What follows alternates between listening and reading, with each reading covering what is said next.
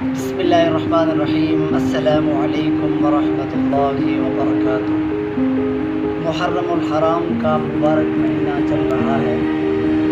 اس کے اندر کئی مسالک اور کئی فرقے، ہر کوئی اپنے فرقے کے مطابق اپنے رسم و رواج کو عام کر رہا ہے۔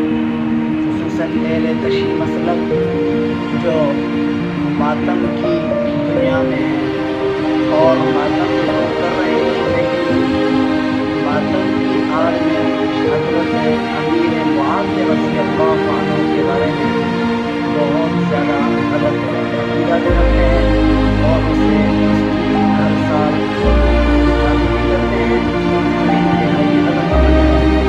یہ تاریخ کی بات ہے۔ اب سوال ہوتا ہے کہ حضرت امیر معاویہ رضی اللہ عنہ نے حضرت علی رضی اللہ عنہ سے جنگ کی، اس کے وجوہات ہے تاریخ۔ اگر آپ دیکھیں تو آپ کو تاریخ سے اس کے حقائق کا پتہ چل جائے گا، لیکن اصل وجہ یہ ہے کہ بس یہ اس طرف ایک صحابی ہے حضرت علی رضی اللہ عنہ شہید ہوا ہے، اور اس طرف ایک قاتل ہے حضرت امیر معاویہ رضی اللہ عنہ ہے، تو دونوں سے اجتہادی غلطی ہو گئی۔